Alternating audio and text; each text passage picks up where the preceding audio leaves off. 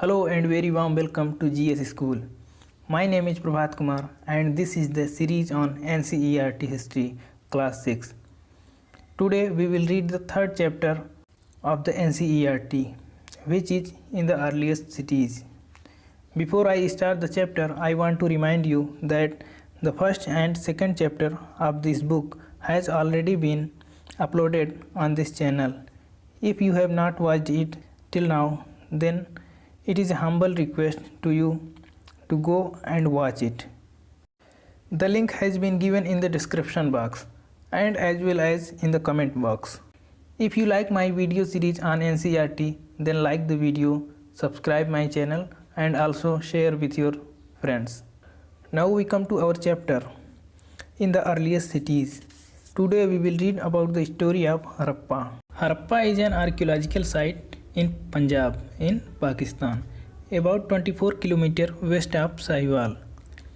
Nearly 150 years ago, when railway lines were being laid down for the first time in Punjab, engineers suddenly came across the site of Harappa in the present-day Pakistan. They think that it is a mound that was a rich source of ready-made high-quality bricks.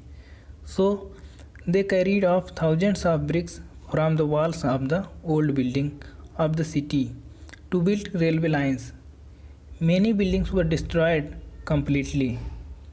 Then, about 80 years ago, archaeologists found the site and realized that this was one of the oldest cities in the subcontinent.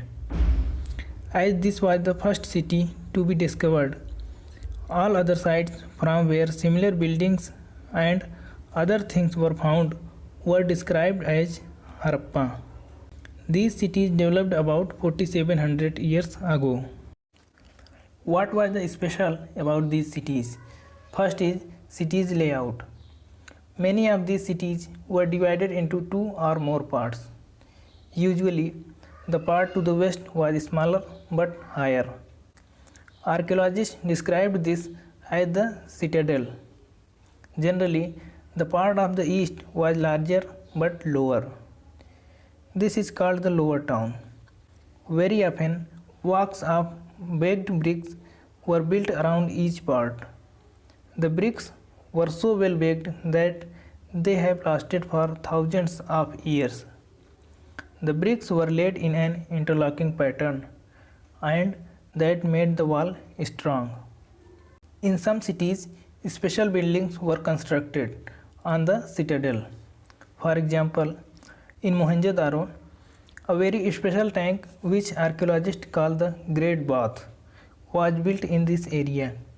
This was lined with bricks coated with plaster and made watertight with a layer of natural tar. There were steps leading down to it from two sides. While there were rooms on all sides, water was probably brought in from a well and drained out after use. Perhaps important people took a dip in this tank on special occasion. Other cities such as Kalibanga and Lothal had fire altars where sacrifices may have been performed. And some cities like Mohenjo-daro, Harappa and Lothal had elaborate storehouses, houses, drains and streets. Generally, houses were either 1 or 2 story high, with room built around a courtyard. Most houses had a separate bathing area, and some had wells to supply water. Many of these cities had covered drains. These were laid out very carefully. Each drain had a gentle slope so that water could flow through it. Very often, drains in houses were connected to those on the streets and smaller drains led into bigger ones. As the drains were covered, inspection holes were provided at interval to clean them.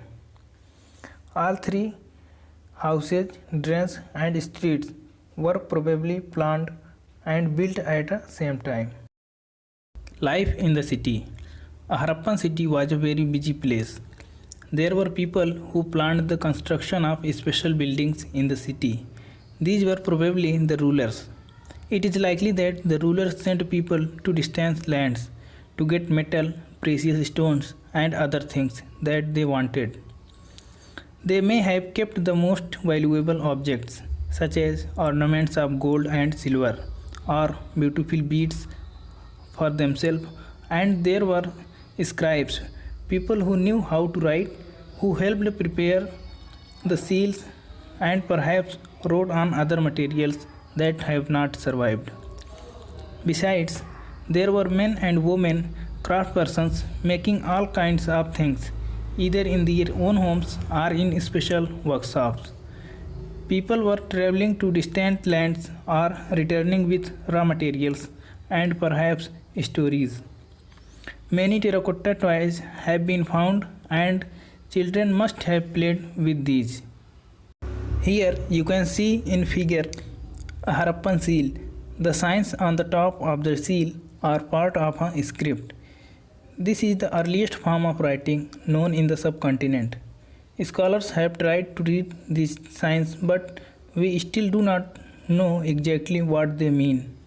And the second figure is terracotta toys. Children must have played with these toys. New craft in the city. Let us look at some of the objects that were made and found in Harappan cities. Most of things that have been found by archaeologists are made of stone, shells, and metal, including copper, bronze, gold, and silver. Copper and bronze were used to make tools, weapons, ornaments, and vessels. Gold and silver were used to make ornaments and vessels. Perhaps the most striking finds are those of beads, weights, and blades. First, stone weights. You can see in the figure how carefully and precisely these weights are shaped. These were made of chert, a kind of stone. These weights were probably used to weight precious stones or metals. And the second is beads.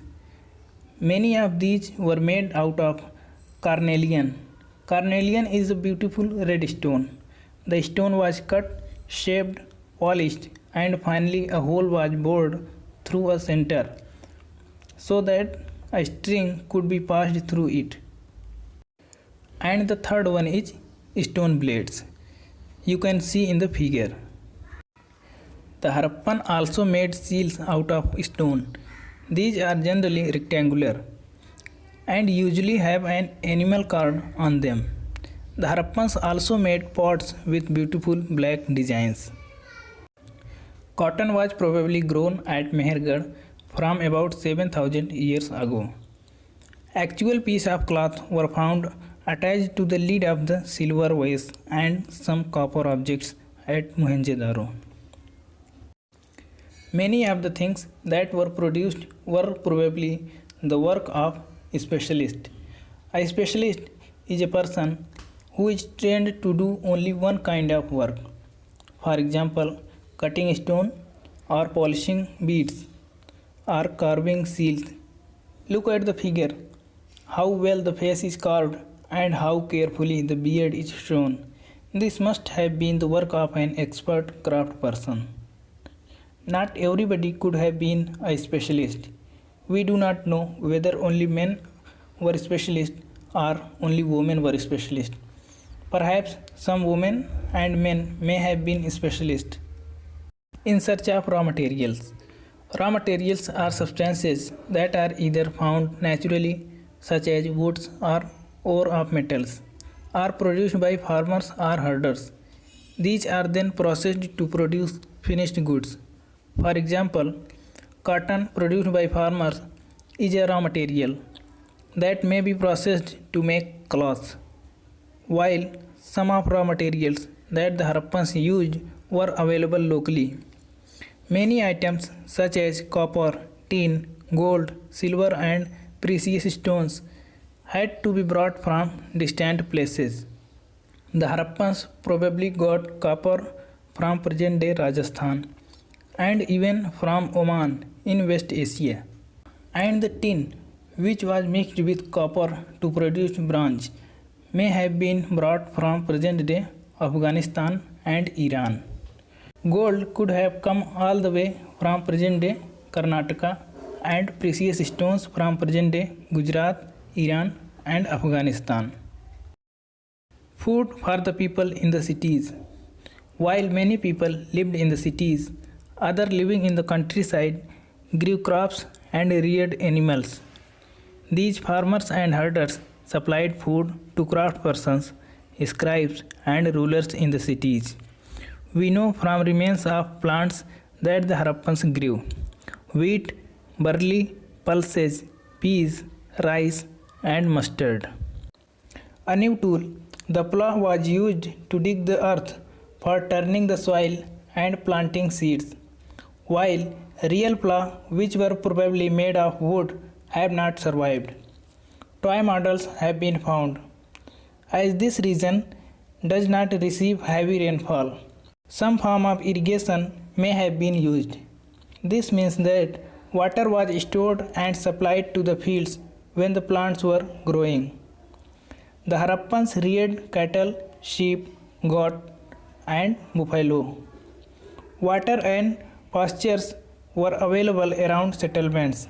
However, in the dry summer months, large herds of animals were probably taken to great distances in search of grass and water. They also collected fruits like burr, caught fish, and hunted wild animals like the antelope. A closer look of Harappan towns in Gujarat. The city of Dhaulavira was located on Khadir Beat in the run of Kutch, where there was fresh water and fertile soil. Unlike some of other Harappan cities, which were divided into two parts, Dhaulavira was divided into three parts, and each part was surrounded with massive stone walls with entrances through gateways. There was also a large open area in the settlement where public ceremonies could be held. Other finds include large letters of Harappan script that were carved out of white stone and perhaps inlaid in wood. This is a unique find, as generally Harappan writings has been found on small objects such as seals. The city of Lothal stood beside a tributary of the Sabarmati in Gujarat, close to the Gulf of Khambat. It was situated near areas where raw materials such as semi-precious stone were easily available. This was an important center for making objects out of stone, shell, and metal. There was also a storehouse in the city. Many seals and ceilings were found in this storehouse. There were a building that was found here was probably a workshop for making beads. Pieces of stone, half-made beads, tools for beads making, and finished beads have all been found here. The mystery of the end of the cities. Around 3900 years ago, we find the beginning of a major change. People stopped living in many of the cities. Writings, seals, and weights were no longer used.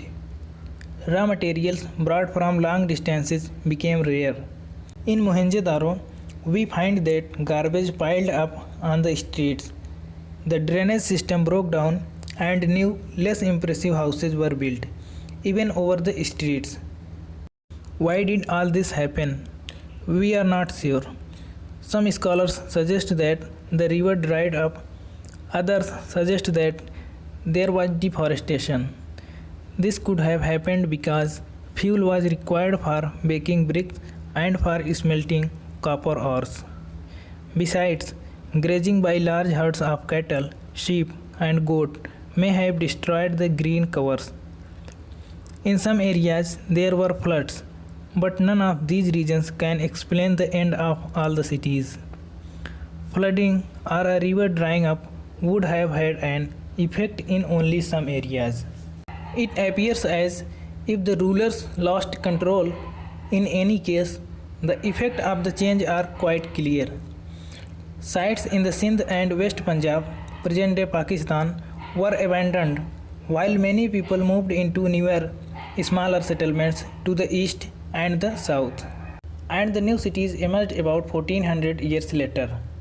We will read about these cities in further chapters. Well, that's it from me. If you like this content, please like the video, subscribe channel and hit the bell icon. And also share the videos with your friends. See you again next time. Thank you.